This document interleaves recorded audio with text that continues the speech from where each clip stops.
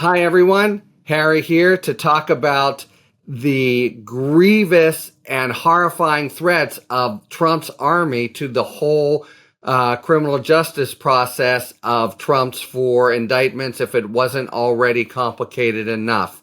So this is a absolutely terrifying state of affairs, and it's not clear how law enforcement responds to it, at least not totally. It's a lot like January 6th itself, where Trump, in his demagogue mode, lets loose his rabid followers, including lone wolves, who are more than happy, apparently, to certainly threaten, and really with vile, violent threats, and maybe even act out against people in the criminal justice system that his followers perceive are arrayed against him. Okay, we are seeing this now in both the Georgia case and the January 6th case. So in Georgia, there was by law in Georgia a requirement that the names of the grand jurors be listed on the indictment, 23 of them. Personally, I haven't done a deep dive into Georgia law, but I cannot believe that there wouldn't have been some way to excise them because of the specific threats. But they didn't. They released them, and guess what? Far-right sites on online media have published them and gone further, found addresses and very, threatening, saber-rattling messages. And these 23 people who did their civic duty now, I think, are probably afraid for their lives. And again, friggin' Trump, he doesn't care. He could perhaps come out and urge them in the most, sober ways. Don't do anything to harm these people. But of course, he's already said, if you indict me, the country will burn, basically. So he's got the same kind of jubilation, perhaps, that he had January 6th. And it is a nightmare. So there's really law enforcement can police the social media, but if it's First Amendment speech only, it's going to be hard. If it crosses over threat, it's one thing, but that groups, conversations, discussions, you never, ever can actually cover the waterfront of all possible lone wolf actors. It's probably a full-time job for Fulton County Police or I'm sure they're bringing in the FBI, just to investigate all the crazy comments on social media. But this is a really, truly grave assault on the whole criminal justice process. And it is deadly serious, of course. January 6th stands as the signal example.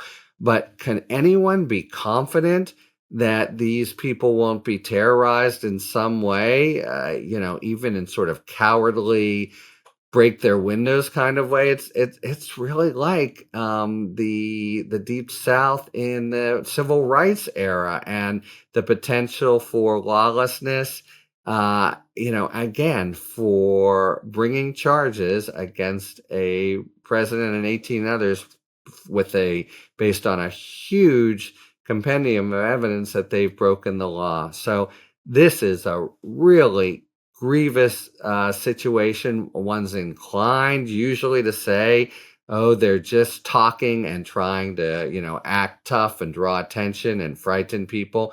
Often true, but it only takes one.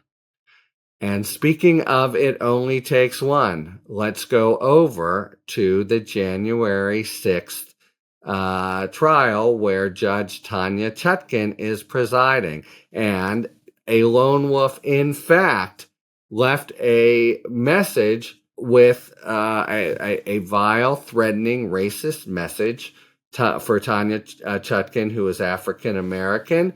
she told the judge, she called her, racist slurs, and then just said outright, "You are in our sights. We, who is this we want to kill you. If Trump doesn't get elected in 2024, we are coming to kill you." And she also threatened, by the way, for good measure, the U.S. Representative Sheila Jackson Lee, a prominent, also African-American member of the delegation down in Texas. Now, the police, this was a not very sophisticated criminal, as most of them aren't. The number they were able to trace and just go to her, and she basically said, "Yes, I did that. Yep, I'm the one who did that." And she's now in pretrial detention and might have some charges. But this is just one. Judge Chutkan, also doing her job, picks up the phone, plays her messages, and you have a crazy woman calling out racial insults and saying, who is this we supposed to be, are coming to kill you. And if you're law enforcement and you're factoring in the most scary prospect, which is lone wolf treatment, someone who wants to harm Chutkan or just scare her might not leave a message, might just lie in wait, outside her home. It's a really, really revolting situation. It's all traces to and is the fault of Donald Trump. And, the bastard can't even stop it if he wanted to, right? He should, of course, be coming out and one hopes, of course, but that he would have the incentive. But let's say somebody does this as a lone wolf.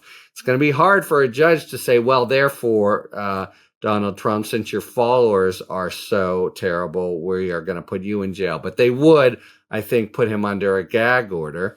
But the forces are out there. The indictment itself, he didn't need to say anything extra when those names were up there.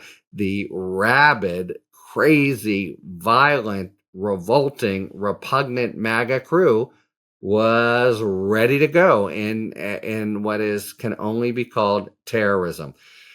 So this is a really, really bad situation. I'm sure law enforcement is right now huddling in different cities and, in DC, in Georgia, trying to figure out how to fan out and police these prospects, which are probably only going to get worse and certainly might be with us for an entire year.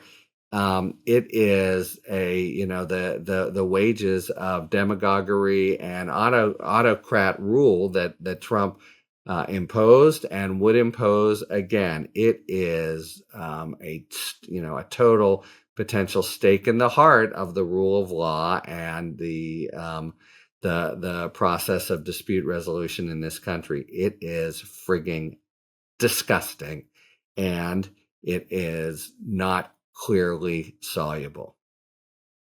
Wish I could put it in some better way. Wish I could say law enforcement, of course, will be on the job. They will. They could get 98% of the threats, but there'll still be A, First Amendment activity, and B, the prospect of a lone wolf attack.